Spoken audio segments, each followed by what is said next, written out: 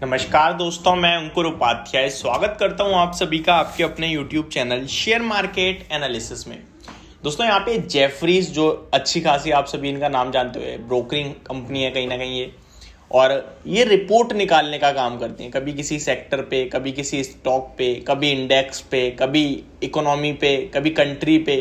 तो इनका ये काम है रिपोर्ट निकालना। अब आप इनकी रिपोर्ट को कितना सीरियसली लेते हैं और कितना इग्नोर करते हैं वो आपके ऊपर डिपेंड करता है। लेकिन हाँ, ये जो रिपोर्ट्स देते हैं वो डेफिनेटली कुछ पढ़ के ही देते हैं, कंपनी से डायरेक्ट ये लोग बात कर सकते हैं, उसके बाद ही रिपोर्ट निकालते हैं। ऐसे में इन्होंने 2023 के लिए 5 ऐसे स्टॉक्स चुने हैं जो बढ़िया मुनाफा बना के दे सकते हैं। यानी कोई ट्रेडिंग आइडिया नहीं है, इन्वेस्टमेंट आइडिया है 2023 के लिए। 5 ऐसे स्टॉक, इसीलिए इन्होंने इन स्टॉक्स में कोई स्टॉप लॉस, कोई टारगेट नहीं दिया है। लेकिन हाँ, स्टॉक्स के नाम डिस्कस करे हैं, कुछ उनके बारे में बताया जो मैं आप सभी के साथ इस वीडियो में शेयर करूंगा।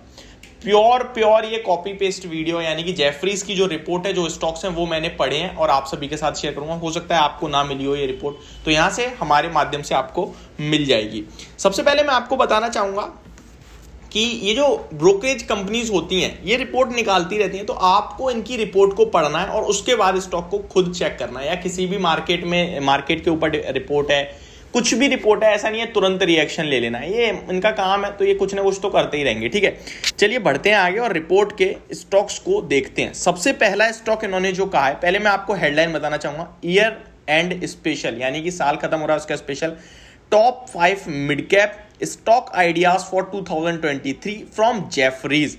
ठीक है, तो जेफरीज के द्वारा मिड कैप के टॉप 5 स्टॉक इन्होंने पिक करें, जहां पे पहला स्टॉक जो इन्होंने पिक करा है वो है क्रॉम्पटन ग्रीव्स कंज्यूमर इलेक्ट्रिकल्स। ठीक है, पहला स्टॉक है क्रॉम्पटन ग्रीव्स कंज्यूमर इलेक्ट्रिकल्स। इस स्टॉक के बारे में मैं आपको थोड़ा सा बताना चाहूंगा। जितनी डिटेल्स मैं आप सभी के साथ शेयर कर सकता हूं उतनी डिटेल्स मैं आपके साथ शेयर करता हूं, उसके बाद आप भी पर्टिकुलरली खुद चेक करना। पहले बता दें इन्होंने क्या है। Jefferies analyst like Crompton on healthy margins in core business, improving outlook with synergies, revenue, cost from butterfly integration. इस स्टॉक का भाव 335 रुपीज पे क्लोजिंग देता हुआ दिखा है। 452 का इसका 52 वीक हाई है, 312 का इसकी 52 वीक लो है, तो अच्छे खासे डिस्काउंट पे मिल रहा है, हम ये कह सकते हैं। इस शेयर के बारे में इस बात करें तो इसका मार्केट कैप 22,500 करोड़ का है। रिटर्न ऑन इक्विटी काफी अच्छा दिख रहा है, 26.3% का। Capital employ return on capital employ भी 23.8% का है। डिविडेंड यील्ड 0.7% की। Book value per share 41 rupees का है, जिसके सामने अराउंड 9 टाइम्स की बुक वैल्यू पे ट्रेड कर रहा है, तो सस्ता तो बिल्कुल भी नहीं। अगर इसको मैं कंपेयर करूं पीयर कंपैरिजन से, तो क्रॉम्पटन ग्रुप 38 के पी पे, बाकी मेरे को जो दिख रहे हैं वो 60, 72, मतलब इस हिसाब से तो सस्ता ही दिख रहा है ये इसके कंपैरिजन में। कंपनी की शेयर होल्डिंग पैटर्न भी चेक कर लेते हैं शॉर्ट में ही, तो प्रमोटर्स के पास कुछ है ही नहीं, केवल 5.94% है। ये काफी ज्यादा नेगेटिव है, बट ये नेगेटिव नहीं है। क्यों? क्योंकि एफआईआई यानी हाईली मैनेज प्रोफाइल बन गया ये स्टॉक। अब एफआईआई का 37.27 स्टेक है और डीआईआई तो 45% स्टेक होल्ड करते हैं। पब्लिक के पास केवल 11% है, तो यहाँ पे अब हमें कंफ्यूजन दूर हो गया, कोई दिक्कत वाली बात नहीं है। ठीक है, अगर एफआईआई पे अच्छा स्टेक है, दैट मींस अच्छे हाथों में है स्टॉक, डरने वाली कोई बात नहीं है। नेक्स्ट स्टॉक की तरफ चलते हैं जो इन्होंने हमें सजेस्ट करा है, वो है पॉलीकैब। पॉलीकैब लगभग 27-22 के लेवल्स पे क्लोजिंग देता हुआ दिखाया अराउंड।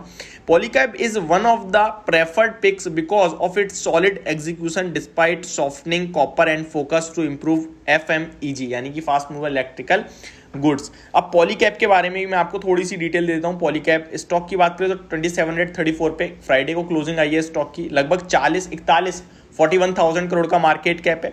2862 का 52 वीक हाई है, ऑलमोस्ट 52 वीक हाईस पे ट्रेड कर रहा है। 52 वीक के लिए 2044 का। बुक वैल्यू पर शेयर 390 की है। डिविडेंड यील्ड 0.5% की मान सकते हैं। Return on equity 17.3%, return on capital employed 22.5% का है। 10 की फेस वैल्यू पे स्टॉक ट्रेड करता है, 7 टाइम्स की बुक वैल्यू पे है। Company has reduced debt, company is almost debt free, तो ये अच्छी चीज है। पीयर कंपैरिजन में ये महंगा दिखता है, इसके बाकी के पीयर कंपैरिजन में करें तो केईआई इंडस्ट्री 34 पे है, फिनोलेक्स 15 पे है, यूनिवर्सल केबल्स 10 पे है और ये 37 के पी पे है, तो ये पीयर कंपैरिजन में थोड़ा महंगा मिलता है। तो डिप आए तो आप खरीदें, अदरवाइज इग्नोर भी कर सकते हैं।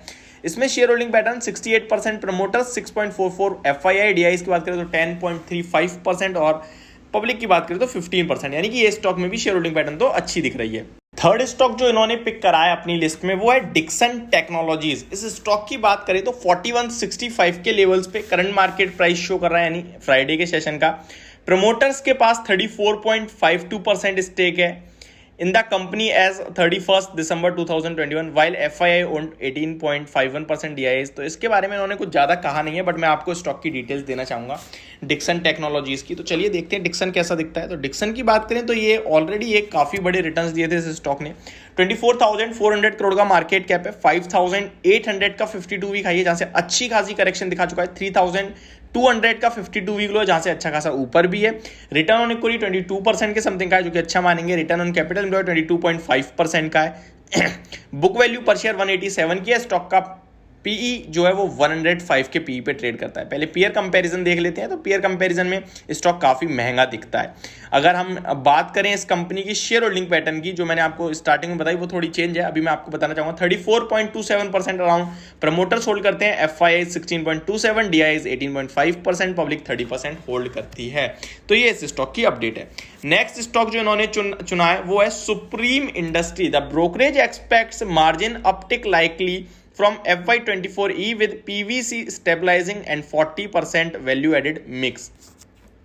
सुप्रीम इंडस्ट्री मैंने भी आप सभी के साथ पिक करा था अराउंड 2,000 रुपये पे, जब ये स्टॉक करेक्शन में चल रहा था। तो मुझे लगा बहुत अच्छे लेवल्स आ गए हैं। हम हमेशा गिरे हुए स्टॉक को ही खरीदते हैं, क्वालिटी स्टॉक हो और गिर जाए तो हमारी बात ही अलग है, फिर तो हम खरीदने को बोल देते हैं और उस समय लॉस भी होता है इनिशियल स्टार्टिंग में, क्योंकि हम गिरते हुए चीज़ को खरीदते हैं। यहाँ ये उठ जाता है, जब मोमेंटम में आ जाता है तो खरीदते हैं, बट ठीक है, अपना अपना सबका व्यू होता है। सुप्रीम इंडस्ट्री 24-21 पे ट्रेड कर रहा है, 30,000 करोड़ का मार्केट कैप है। शानदार कंपनी है क्योंकि हमने पिक करी है, हमें पता है। रिटर्न ऑन इक्विटी 27.4% का, return on capital employed 34.6%, dividend yield 1%, book value 308 rupees की, जिसके सामने 2000 पे ट्रेड करता है। ऑलमोस्ट 35 के प्राइस टू अर्निंग पे ट्रेड करता है। Stock almost debt free company है, 7.8 टाइम्स की बुक वैल्यू पे ट्रेड करता है। पीयर कंपैरिजन में तुम्हें ज्यादा महंगा नहीं मिलेगा। एस्ट्रल 98 के पीई पे ट्रेड करता है, फिनोलेक्स भी 28 के पीई पे है, प्रिंस पाइप 46 पे है और सुप्रीम इंडस्ट्री 35 के पीई पे है। मेरे को जब मैंने आपके साथ रिकमेंड करा था अराउंड 27-26 के पीई पे चल रहा था, 2000 के लेवल पे था उस समय। ठीक है, तो ये स्टॉक अच्छा दिखता है। शेयर होल्डिंग पैटर्न बहुत ही शानदार दिखेगी आपको। लगभग 48.85% लगभग प्रमोटर्स है, FII 16.32%, DIs 19%, पब्लिक के पास 15% है केवल। नेक्स्ट स्टॉक, बट अभी मेरे कहने से नहीं, आप जेफरीज की रिपोर्ट ही सुनना क्योंकि हमारे लेवल से तो ऊपर आ गया ऑलरेडी।